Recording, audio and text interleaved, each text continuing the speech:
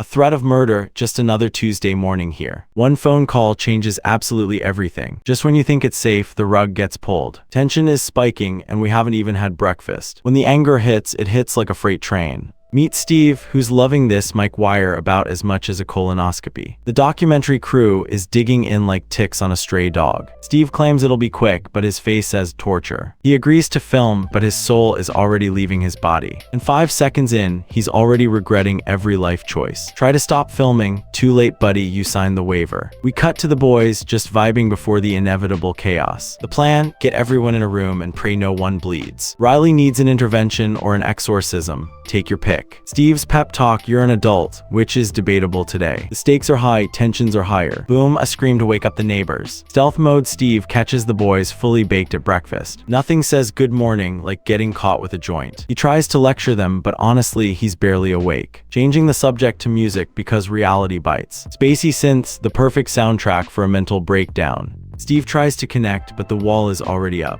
Apparently, someone treated the drinking glass as a urinal. Just boys being boys, if boys were gross little monsters. Shy decides the car hood is his new throne. Steve's not having it, but Shy doesn't speak authority. Things get physical because words are too hard. Shy is singing his feelings, and it's surprisingly catchy. Posh Cal got kidnapped, probably worth 50 grand easy. The crew needs a sec, mostly to process the madness. The director thinks he's capturing magic. He's capturing a lawsuit. Steve apologizes for Jamie, who is basically a walking liability. Just a nice fluff piece for the news, right? Wrong. They want 5 minutes of inspiration. They'll get 5 years of trauma. Meet Angus the sound guy, who has no idea what's coming. Shola's trying to have a meeting, but chaos waits for no one. All good is the biggest lie told in this building. Taron is lurking, and he knows exactly what buttons to push. Steve promises to help, but he's drowning in paperwork. Jamie and Riley decide it's time for their daily deathmatch. Steve jumps in before someone actually loses an eye. Riley is ready to throw hands with the entire staff. Knife threats flying around like confetti at a parade. Steve plays the pool table privilege card.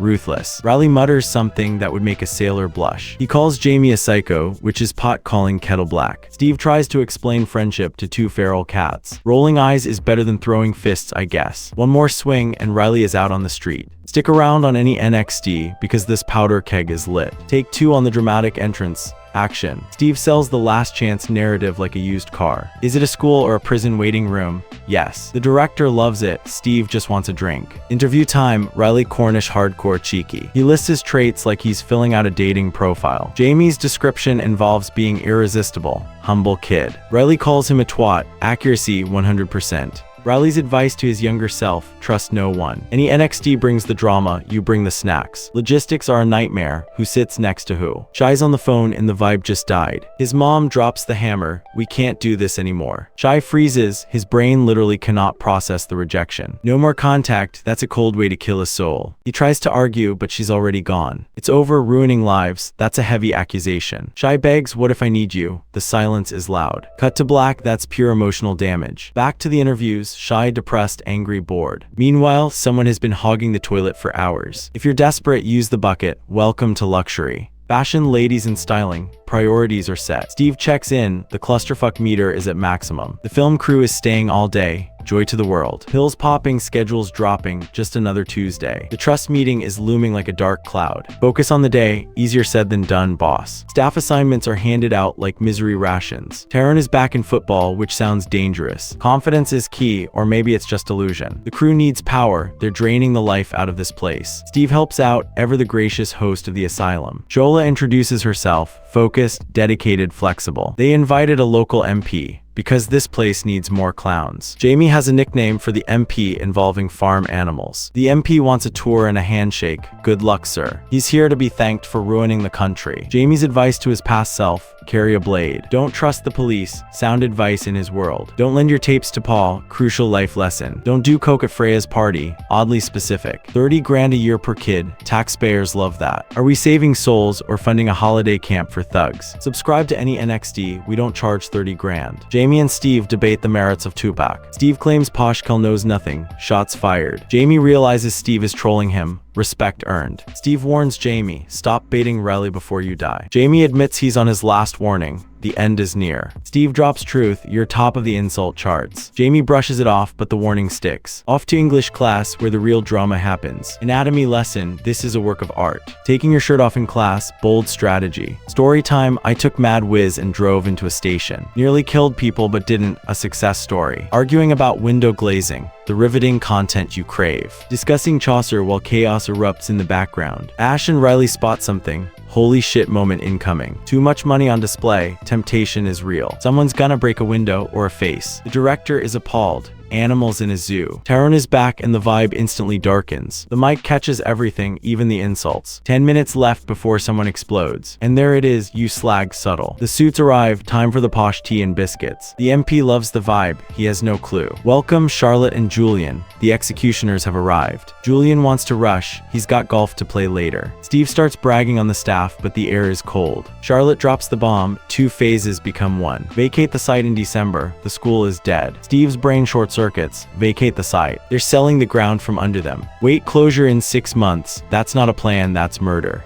Steve is stunned, am I dreaming this nightmare? Charlotte confirms, December 1996, it's over. Subscribe to any NXT before we get shut down too. Julian tries to talk over Steve. Bad move, suit man. Steve is about to climb the table and choke a guy. Death threats are a little much, are they though? Steve screams shut up, and for once they listen. Julian is shaken. Welcome to the real world, pal. Steve lays it out, these are complex kids, not cargo. If you close now, these boys are dead or in jail. It's a catastrophe, moral, emotional, educational. This is their home, and you're burning it down. You can't just press a button and delete these lives. They need time, they need a miracle. Charlotte delivers the final blow. It's too late. The school is sold, the money is already counted. Steve needs a second, his world just collapsed. Back to interview, official answer, they are complicated. It's exhausting, underpaid work that destroys you. Part prison guard, part mother, part referee. Unofficial answer, I fucking adore them. Steve realizes the camera caught his breakdown. He's angry, so angry he could burn the world. Our beautiful, terrible boys, the tragedy hits hard. They promise to carry them through, one by one. But the clock is ticking, Christmas is the deadline. Unemployed strangers, that's the future waiting for them. Emergency alarms are screaming, and panic is setting in. The business plan, illegal crops on the school roof. And apparently this disaster is all Steve's fault. One kid just casually admitted to stabbing his dad. Perfect timing, the MP just walked in the door. Steve offers a lifeline, but he's already drowning. The boys are fantasizing about running a legit club. Their business plan includes a rooftop weed farm. Shy's nickname, Jungle Bunny, yikes. Steve shuts it down before they confess to crimes. The MP arrives right in the middle of a drug confession. Steve battles the director while the ship sinks. Apologies are flying, but nobody means them. One last shot, then get these cameras out. Time to fake a smile for the politician. Sarah is introduced, blending into the furniture. He's coming like he's royalty, not a bureaucrat. Steve butchers the title immediately. Good start. Who cares about titles when the roof is burning? The MP tries to be relatable. It hurts to watch. He explains his job like they're toddlers, discussing bean prices while these kids lose everything. Stay out of prison. Thanks for the tip, genius. The boys realize they have zero power here. Steve lies about a communism course to save face. The MP loves the sound of his own lies. Asking about Princess Di, read the room, buddy. Shy raises a hand and Steve's soul leaves his body. Everyone knows Shy is a verbal hand grenade. He demands to ask his question, danger ahead. Steve tries to stop the train, but it's crashing. Tyrone calls the whole charade racist bullshit. Jenny tries to rationalize the chaos. She brings up the harassment incident. Awkward. Tyrone feels branded a predator for life. Jenny isn't backing down, she keeps receipts. She compares him to Riley, the Chaos King. Claims the punishments are mild. Sure, Jan. Reminder, Shola could have called the cops. Dinner is served, a brief truce in the war. Football banter hides the simmering rage. One wrong word and the truce is over. Swearing escalates, the fuse is lit. Food fight turns into a real fight. Smack him up, great conflict resolution skills. Steve screams for order, nobody cares. Insults fly like shrapnel. Shy snaps, why are you a prick? In therapy, Shy admits he's completely done. He wants to stop, just stop existing here. He misses the cheap booze and bad choices. He misses fighting with his family. Oh, and he stabbed his stepdad.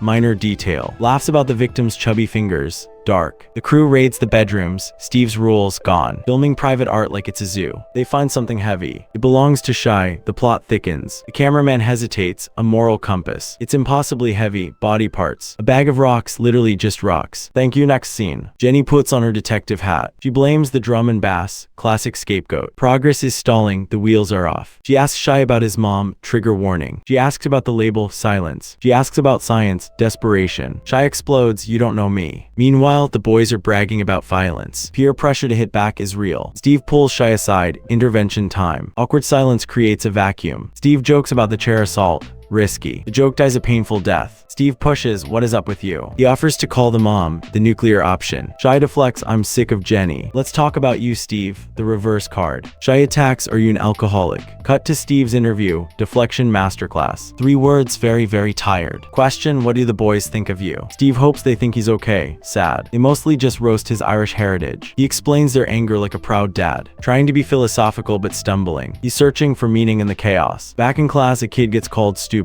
Steve tries to teach through the insults, explaining fossils to kids who feel like dinosaurs. Interviewer compliments Shy, rare win. Shy mocks Steve for crying, savage. Steve defends the jail or school motto, while the kids scream profanities in the background. Fire alarm, panic mode activated. Interviewing staff, off the record naturally. A long pause about Steve, suspense. Verdict, he's a good guy. He's the boss, simple as that. A kid admits he hates class, shocking. I wish I was out of school, honest review. Shy opens up to Jenny about his mom. He misses the nagging, Stockholm syndrome. He connects with Jenny, a breakthrough. He misses his mom, the armor cracks. I ruined her life, the guilt is heavy. Then he mocks Jenny's name, back to normal. Jenny compares this asylum to a normal school. She feels they failed Shola. Steve interrupts with an apology. Jenny notes it's been quite the day. The MP was a sir, fancy. Bad timing for a VIP visit. Jenny tries to discuss Shy. Shy thinks life is pointless, concerning. He's withdrawing, the lights are going out. Outside, the weather matches the mood. The group is fine, but Shy is drifting. He flipped out about the family visit. Steve downplays the drug problem. They confirm weed usage. Shocking nobody. Shy wants to change, he's trying. Distracted by a handball, focus people. Jenny admits she's never felt this bad here. She accuses Steve of ignoring her warnings. Steve blames the chaos, weak excuse. Shy is a ticking time bomb. Jenny questions Steve's limits. Amanda drops the bomb, it's over. Shy wants to stay, but he wants to leave. He wants a restart, but reality is sticky. Trauma sticks to him like glue. Flashback, Shy attacking Steve's motives. The phone call that ended it all. "This is your fault, Steve." The ultimate guilt trip. Steve claims it's good, he's lying. Checking on Shola, is she broken yet? She's hanging in there, just. Shola claims she schooled the boys at football. Small victories in a losing war. Meeting time, no rest for the wicked. What a fucking day, understatement of the century. First order of business, tapes. Shola actually likes Steve's weird tapes. She knows Amanda doubts her. Steve tries to reassure her. Everyone feels like a fraud here. That's no reason to quit. Shola gets emotional. She regrets how she handled the harassment. Steve is making people cry again. Shola has one more question. What the fuck? The realization hits. At least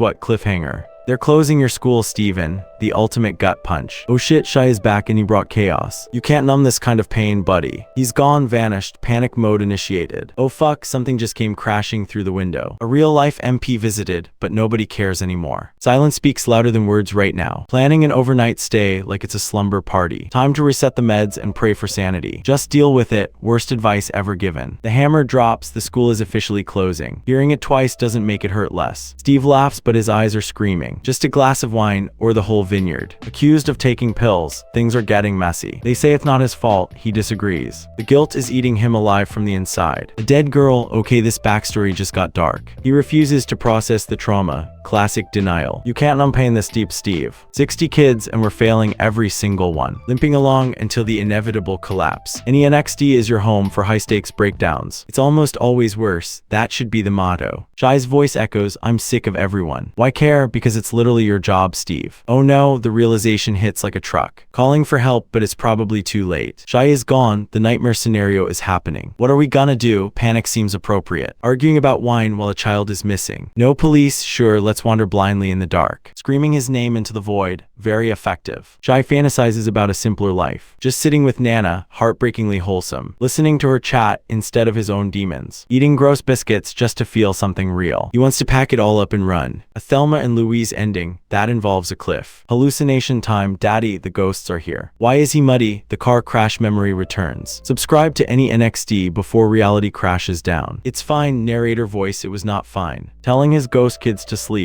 This is agony. Bye, Daddy, and my heart just shattered. Back to reality, Steve records a final tape. Describing Ash, a grifter with a heart of gold. He'd steal your shirt, but he's fun. Benny is the crisis manager we all need. Riley runs on pure chaotic momentum. Nabil is cool, smooth, and mostly unbothered. Jamie starts fights like it's a competitive sport. He pushes buttons until something explodes. Crash, glass shatters everywhere. Talk about timing. It's Shy, he's back and he chose violence. A reserve of sadness, no, that's pure rage. Shy knows the world is broken, he's right. Screaming his name again, still not helping. Unknown qualities, unlimited destruction. Praying for his mental, whether to